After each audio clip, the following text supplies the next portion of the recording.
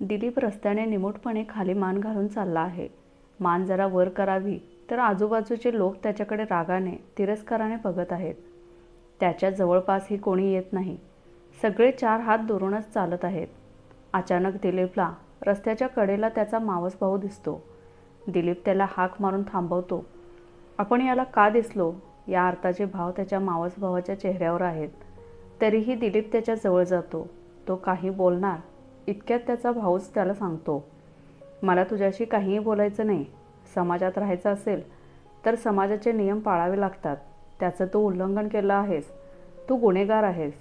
त्याच्या मावस भावाचं हे बोलणं ऐकून रस्त्यावरचे इतर लोकही दिलीपच्या जवळ येऊन त्याला तू गुन्हेगार आहेस, तू चूक केली आहेस असे एकत्रित म्हणू लागतात. दिलीपला एका क्षणी हे सहन होत नाही. तो कानावर हात ठेवून खाली बसतो. तरीही आजूबाजूचा आवाज त्याच्यापर्यंत पोहोचून त्याला अस्वस्थ करत असतो. दचकून दिलीप स्वप्नातून जागा झाला. निद्रा अवस्थेतच कितीतरी वेळ त्याला तोच स्वप्नातला आवाज कानात घुमत होता. तू गुन्हेगार आहेस. त्याच्या चेहऱ्यावर घाम फुटला. पुन्हा झोप लागेना. कसलं हे स्वप्न पडलं आपल्याला. सारखा त्याच गोष्टीचा विचार करून असं झालं असेल. नाहीतर आपण असा काय गुन्हा केलाय. दिलीपने स्वतःची समजूत घातली. कितीतरी उशिराने त्याचा डोळ्याला डोळा लागला. दिलीपसारखा हरहुन्नरी, सेन्स ऑफ ह्युमर असलेला मुलगा गेल्या काही दिवसांपासून बदलला आहे. कुठल्या तरी त्रासात दिसतो. हे त्याच्या ऑफिसमधल्या काही सहकार्याने हेरलंच होतं. त्याच्यासोबत एकाच प्रोजेक्टमध्ये काम करणाऱ्या विकासला, त्याच्या खास मित्राला तर हे प्रकर्षाने जाणवू लागले होते. दुपारी कॅन्टीनमध्ये एकत्र जेवत असताना विकासने कित्येक वेळा कुठला त्रास आहे का असे विचारलेही, पण त्याने काही खास नाही रे अशा स्वरूपाची वरवरची उत्तरं दिली होती. एके दिवशी मात्र दिलीपनेच ऑफिसमध्ये असताना विकासला व्हॉट्सअपवर संदेश पाठवला, मला तुझ्यापासून काही लपवायचं नाही. मला तुझ्याशी बोलायचं आहे आणि तुझं सजेशनही हवं आहे. दिलीप एका मुलीबरोबर 3 वर्षांपासून रिलेशनशिपमध्ये आहे. हे ऑफिसमध्ये फक्त विकासला माहिती होतं. कदाचित त्यातच पुन्हा काही अडचणी असतील असा अंदाज बांधून त्यानं रिप्लाय केला, हो, माझ्या बाजूची मीटिंग रूम रिकामी आहे. तिकडे आपल्याला प्रायव्हेटमध्ये बोलता येईल. चल. ते दोघंही मीटिंग रूममध्ये गेले. दिलीप, ट्रस्ट मी, जे सांगशील ते आपल्या दोघातच राहील. विकासने दिलीपला विश्वास दिला. अरे, घरच्यांचा माझ्या आणि नेहाच्या लग्नाला विरोधच आहे अजून. इंटरकास्ट म्हणे. आजही आपल्यात आहेच हे. दुसरं काय तर म्हणे पत्रिकाही जुळत नाही. दिलीप व्यक्त होत होता. Come down. इंटरकास्टमध्ये आजही अडचणी येतातच रे. थोडंसं काका काकूंच्या बाजूनेही विचार करायला हवा. I mean they are from different background. त्यांना वेळ द्यायला हवा रे, विकास म्हणाला. अरे, वेळ कसला द्यायचा. आता घाई करायला हवी. घाई गडबडीत दिलीप हे बोलून गेला. मात्र आपल्याला पुढचं बोलायची हिंमत होत नाही म्हणून तो तसाच शांत झाला. घाई? नेहाला स्थळं बघायला चालू केलीत का तिच्या घरच्यांनी? हां, तेही आहेच. शिवाय माझंही लग्नाचं वय उलटत चाललंय ना. आता 32वा चालू आहे.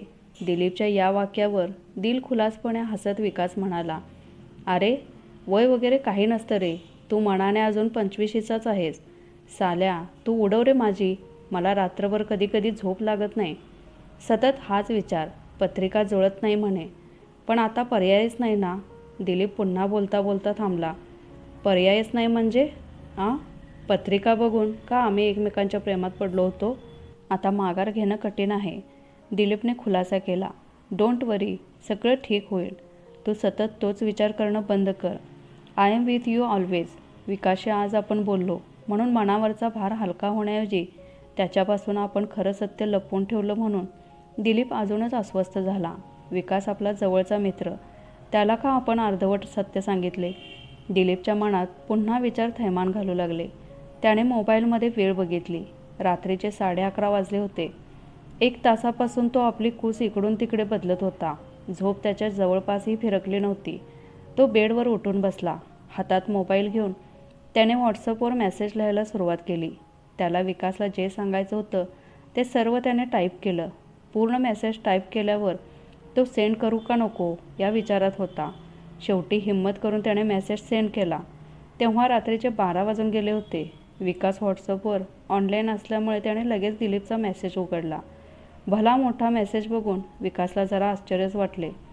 तो मेसेज वाचू लागला. सॉरी यार विकास, आज ऑफिसमध्ये तुला महत्त्वाचं जे सांगायचं होतं तेच मी सांगितलं नाही. धाडसच झालं नाही म्हणून आता मेसेज थ्रू सांगतोय. दुपारी जे सांगितलं ते अर्ध सत्य होतं. इंटरकास्ट आणि पत्रिका जुळत नाही म्हणून माझ्या आणि नेहाच्या लग्नाला आईवडिलांची परवानगी नाही. त्यात ते दुसऱ्या स्थळाबद्दल सुचवत आहेत. पण अरे माझं काय?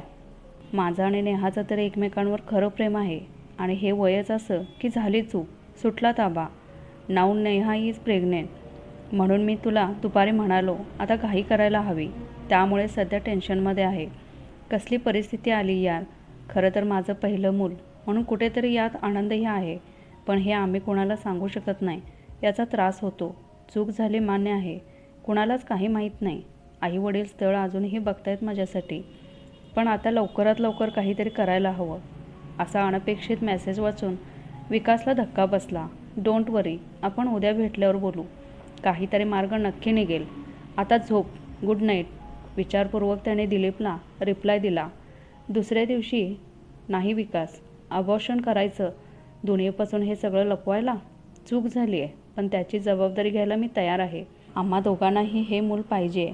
विकासने सुचवलेल्या अबॉर्शनच्या पर्यायावर दिलीप भावनिकपणे म्हणाला. तुम्हा दोघांचं यावर स्पष्ट मत आहे ना? मग झालं तर मी आहे तुमच्यासोबत. ऐक, आता तुम्हा दोघांनाही तुमच्या आईवडिलांना हे सांगायला हवं. तेच तर अवघड आहे. तिचे आईवडील आहेत तसे ब्रॉड माइंडेड. त्यांची आमच्या लग्नाला परवानगीही होती. पण माझे आईवडील ते कसं स्वीकारतील? दारावरच्या बेलचा आवाज ऐकून दिलीपच्या आईने शोभाने दरवाजा उघडला. तेव्हा दारात दिलीप आणि नेहाला एकत्र बघून तिला आश्चर्य वाटले आणि दिवाणखान्यात बसलेल्या त्याच्या वडिलांना, सुभाष यांना ते दृष्टीस पडले. तेव्हा त्यांच्या चेहऱ्यावरही प्रश्नचिन्ह उभे राहिले. आपले आईवडील नेहाला आतही बोलवत नाहीत हे पाहून दिलीपच नेहाला चल आत म्हणाला. ती का आली आहे तुझ्याबरोबर? काही काम आहे का? सुभाषने दिलीपला विचारले. हो, महत्त्वाचं काम आहे. दोघांनीही बोलणं गरजेचं वाटलं म्हणून आले आहे, नेहानेच उत्तर दिले. तुम्ही दोघांनीही यापूर्वी एकत्रित आम्हाला समजवायचा प्रयत्न केला आहे. तेव्हा आता परत आम्हाला तुमच्या लग्नाला परवानगीसाठी राजी करण्याचा काही फायदा होणार नाही. सुभाष नेहाकडे कटाक्षही न टाकता दिलीपला म्हणाले. आम्ही काय सांगतोय ते नीट ऐकून घ्या आधी आणि मग तुमचं मत मांडा. निश्चयपणाने आणि थोडं कठोरपणे दिलीप म्हणाला. नेहा प्रेग्नेंट आहे. आम्ही दोघं आईवडील होणार आहोत. त्याच्या बोलण्याचा संदर्भ काही क्षणानंतर लागल्यावर शोभा आ वाचून दोघांकडे बघू लागले. काय बोलतोयस कळतंय का? आई वडील होतात ते लग्न झाल्यावर. मोठा अपेक्षाभंग झाल्यामुळे वेडेपिसे झाल्यासारखे सुभाष म्हणाले. शोभाला हुंदका आला आणि ती खाली बसून रडू लागली. तिला सावरायला दिलीप आणि नेहा पुढे झाले. तेवढ्यात त्यांना थांबून सुभाष म्हणाले. तुमचं लग्न होणं शक्य नाही. तिला अबॉर्शन करायला सांग. आम्हाला दोघांनाही मूल हवं आहे. नेहाचे हे धाडसी बोल ऐकून शोभाचा पारा चढला. ताडकन उठून ती म्हणाली. लहान आहात तुम्ही. जग नीट पाहिलं नाही म्हणून असे बोलताय. तुम्ही मूल जन्माला घालण्याचा आणि लग्न करण्याचा निर्णय घेतला तर मी जीव देईन. संतापाच्या भरात बोललेले सुभाषचे हे शब्द ऐकून दिलीप आणि नेहा दोघंही आश्चर्यचकित आणि चिंताग्रस्त झाले. ते काही समजवणार इतक्या सुभाष तावातावाने तिथून निघून गेले. काही दिवसांनी नेहाच्या आईवडिलांना दोघांनी ही गोष्ट सांगितली. तेव्हा तिच्या आईने नाराजीने प्रश्न विचारले, पण कोणताही आकणतांडव न करता. मात्र आता वडील काय म्हणतात याकडे दोघांचे लक्ष लागले होते. हे थोडं अनपेक्षित आणि धक्कादायक आहे, पण आता तुम्ही मूल जन्माला घालण्याचं ठरवलं आहे तर आमचा त्याला पाठिंबाच असेल. नेहाच्या वडिलांनी इतक्या सहजपणे हे स्वीकारलेले पाहून दोघंही आनंदाने त्यांच्याकडे पाहू लागले. पण आता लवकर लग्न करा, नेहाची आई काळजीने म्हणाली. तिथेच तर सगळा प्रॉब्लेम आहे. आई बाबा तयार नाहीत. अबॉर्शन करा म्हणतायत. दिलीप पुन्हा अस्वस्थ झाला. हे अति झालं. आधी विरोध होता तेव्हाची गोष्ट वेगळी होती, बट आता? नेहाच्या आईचं वाक्य अर्ध्यातच थांबलं. दिलीप, एक पर्याय मला दिसतोय. त्यांना काउन्सलरची भेट घ्यायला सांगा. आय मीन तुम्ही तिघेही एकत्र जा. पण हे सगळं लवकर. शांतपणे समजावत नेहाचे वडील म्हणाले. जसे जसे दिवस सरत होते तशी दिलीप, नेहा आणि दोन्ही घरची चिंता वाढत होती. अबॉर्शनबद्दल आईवडिलांनी विचारल्यावर दिलीप त्यांना समजावू पाहत होता. कधीकधी त्याचीही चिडचिड होत होती. आपण समुपदेशकांना भेटू. ते आपल्याला काय सल्ला देतात ते तरी बघू. शेवटी दिलीपच्याही खूप आग्रहाखातर सुभाष आणि शोभा समुपदेशकांना भेटायला तयार झाले. समुपदेशकांकडे गेल्यावर सुभाषने त्यांना सगळी बाजू सांगून लग्न न झाल्यामुळे लवकरात लवकर अबॉर्शन करणं कसं गरजेचं आहे हे सांगितलं. समुपदेशकाने दिलीपची ही बाजू शांतपणे ऐकून घेतली आणि आपलं मत मांडलं. सुभाषजी, पत्रिकेतल्या गुणांचं काय घेऊन बसलाय? दुनियेकडे बदनामी होणार हे माहीत असूनही मुलाला जन्म देण्याचा निर्णय घेणाऱ्या तुमच्या गुणी मुलाच्या तुम्ही पाठीशी राहायला हवं.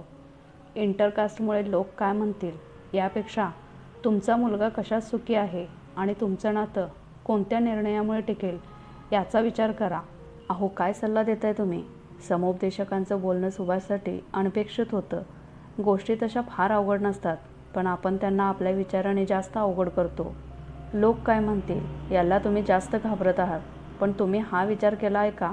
सगळं लपवण्यासाठी अबॉर्शन करणं सहज शक्य असतानाही झालेल्या चुकीचा स्वीकार करून हा धाडसी निर्णय घेतला म्हणून भविष्यात कित्येकांना दिलीपचा अभिमान वाटेल. समुपदेशकाने दिलीपची बाजू उचलून धरल्यामुळे काही अंशी त्यांचं म्हणणं सुभाष शोभाला पटत होतं, पण त्याहीपेक्षा मनात असलेलं एकंदरीत परिस्थितीबद्दलचं भय त्यांच्या मनात जास्त होतं. समुपदेशकांकडे 3-4 वेळा चक्रा झाल्या आणि नेहाच्या आईवडिलांनीही शोभा सुभाषबरोबर मुक्त संवाद साधला. हे बघा, तुम्ही जरी विरोध केला तरी ते दोघं मूल जन्माला घालणारच आहेत, लग्न करणारच आहेत. मग नात्यात तूट होऊन समाजाशी संघर्ष करण्यापेक्षा तुम्ही त्याला साथ देऊन एकत्र संघर्ष करा ना. समुपदेशकांचा हा सल्ला त्यांना जास्त पटला. शेवटी कसेबसे जेव्हा सुभाष आणि शोभा दिलीप आणि नेहाच्या लग्नाला राजी झाले तेव्हा नेहाला 7वा महिना चालू झाला होता. विनाकारण लोकांमध्ये वाच्यता व्हायला नको आणि नेहाला या काळात जास्त दगदग नको म्हणून रजिस्टर पद्धतीने लग्न करूया. सुभाषच्या या मताला मात्र सर्वांनी मान दिला. रजिस्टर ऑफिसमध्ये अगदी साध्या पद्धतीने लग्न झालं. ना मोठा गाजावाजा ना मोठा सोहळा, पण त्या दिवशी दिलीप आणि नेहाच्या चेहऱ्यावर समाधान स्पष्ट दिसत होतं. नेहाच्या आईवडिलांच्या डोळ्यात आनंदाचे अश्रू होते आणि शोभा आणि सुभाषच्या चेहऱ्यावर अजूनही थोडी चिंता होती, पण मनाच्या कुठेतरी खोलवर त्यांना समाधानही होतं की मुलाने जबाबदारी स्वीकारली. काही महिन्यांनी नेहाने एका गोंडस मुलाला जन्म दिला. पहिल्यांदा नातवाला हातात घेताना सुभाष काही क्षण शांत उभे राहिले. त्या छोट्याशा बाळाकडे पाहताना त्यांच्या मनातले सारे राग, भीती आणि समाजाची चिंता क्षणात विरघळून गेली. त्यांनी हळूच दिलीपकडे पाहत म्हटलं, कधीकधी आयुष्यातल्या चुका आपल्याला जबाबदारी शिकवतात आणि तू ती घेतलीस, त्याचा मला आज अभिमान वाटतो.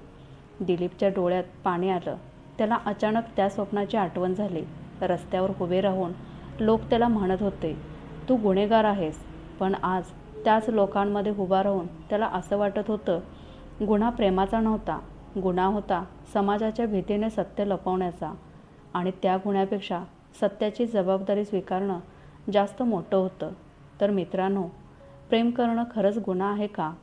की चूक झाली तरी तिची जबाबदारी नाकारणं हाच खरा गुन्हा आहे?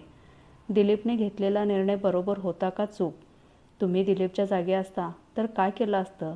तुमचं मत कमेंटमध्ये नक्की लिहा आणि अशाच कथा ऐकण्यासाठी चॅनेलला सबस्क्राईब करा. कथा पूर्ण ऐकल्याबद्दल आणि वाचल्याबद्दल धन्यवाद.